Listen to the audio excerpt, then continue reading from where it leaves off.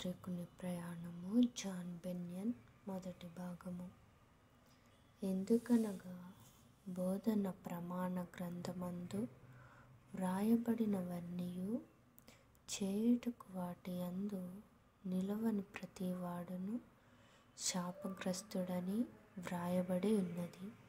అప్పుడు క్రైస్తవుడు ఇకను మరణమే కాని మరేమీ లేదనుకొని గొప్ప ఏడ్పుతో కేకలు వేసి తాను లోకజ్ఞానిని కలుసుకొనిన వేళను శపించి వాని బోధను విని అనుసరించినందున తనకు 1000 మంది వెర్రివారి వెర్రితనము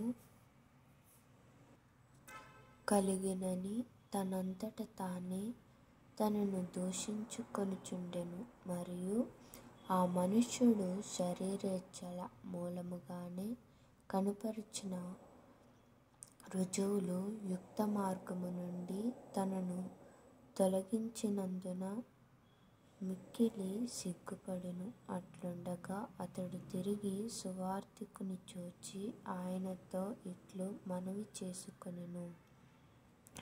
క్రైస్తవుడు: అయ్యా, నీకు ఏమి తోచుచున్నది? ఇక నిరీక్షించుట వ్యర్థమేనా?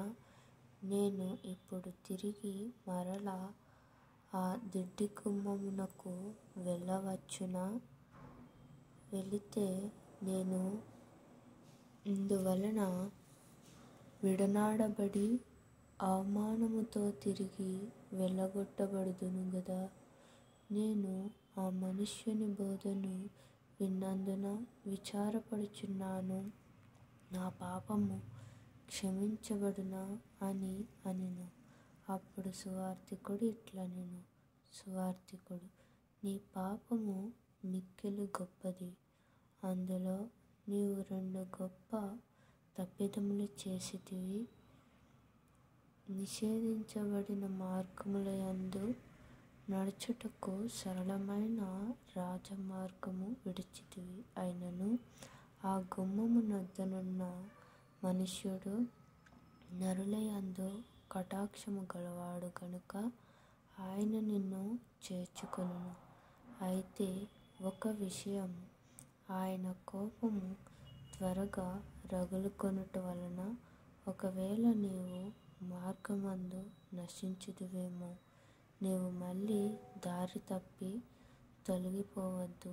భద్రము సుమీ అని పలికినప్పుడు క్రైస్తవుడు తిరిగి వెళ్ళుటకు ప్రయాణమై ఉండగా సువార్తికుడు అతని ముద్దు పెట్టుకొని ఒకసారి చిరునవ్వుతో అతని వైపు దయగా చూచి, దేవుడు నీకు తోడయుండునుగాక అనెను. వెంటనే అతడు బయలుదేరి వెళ్ళుచు మార్గమందు ఎవరితోనూ మాట్లాడలేదు.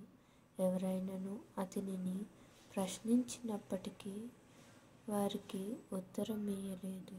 అతడు నడవకూడని నేలమీద నడుచువానివలె నడుచుచు లోకజ్ఞాని బోధను అనుసరించుటకు తాను పూర్వము విడిచిన మార్గమందు తిరిగి ప్రవేశించితేనే కాని సురక్షితుడనై యుందునని అనుకొనెను. అట్లు కొంతసేపటికి క్రైస్తవుడు ఆ దిడ్డి గుమ్మము యొద్దకు ప్రవేశించెను.